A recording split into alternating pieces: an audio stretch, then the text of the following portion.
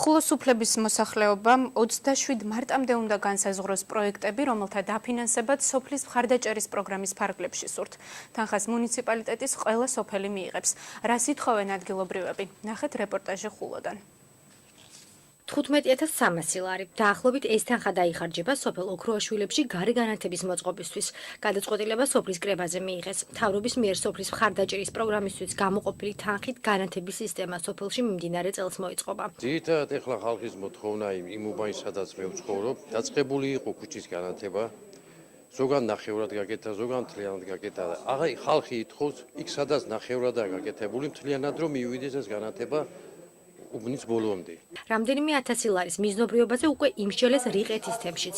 თემის 5 სოფელში ძირითადად ინფრასტრუქტურული პროექტები დაფინანსდება. მიმდინარე წელს სოფლის მხარდაჭერის პროგრამით გამოყოფილი თანხის განკარგვისთვის მუნიციპალიტეტში სოფლის კრებები 27 მარტამდე უნდა ჩატარდეს. მოსახლეობა მოითხოვა სოფელ დანისპარაულში არსებული ადმინისტრაციული შენობის რეკონსტრუქცია ბავშვთაბაგად. ძალიან კარგი და მისასალმებელია ხალხის ასეთი მოთხოვნა და რა თქმა უნდა გამგეობას დაუჭერს მხარს.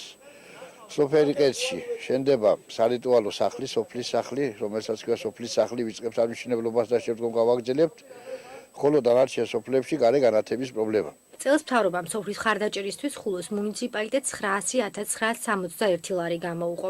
4-დან 20,000 ლარის ფარგლებში თანხას ყველა სოფელი მოსახლეობის რაოდენობის მიხედვით მიიღებს. წარმოდგენილი ოქმების შემდგომ შეჯამდება ჩვენს მიერ დასაკეთებელი დასახული პრიორიტეტები და შესათანხმებლად გადაიგზავნება ეკონომიკის და რეგიონალური განვითარების სამინისტროს. შეთანხმების შემდეგ წარუდგენთ ჩვენ ამ მასალებს საკრებულოს და დამტკიცების შემდეგ შევდგებით განხორციელებას. მთავრობის მიერ გამოყოფილი თანხა მუნიციპალიტეტის 83 სოფელზე გადანაწილდება. მას შემდეგ კი რაც სოფლის კრებაზე პრიორიტეტული სფეროების მიხედვით თანხის განკარგვაზე იმსჯელებენ, განსახორციელებელი პროექტების ნუსხას უკვე მუნიციპალიტეტის საკრებულო დაამტკიცებს.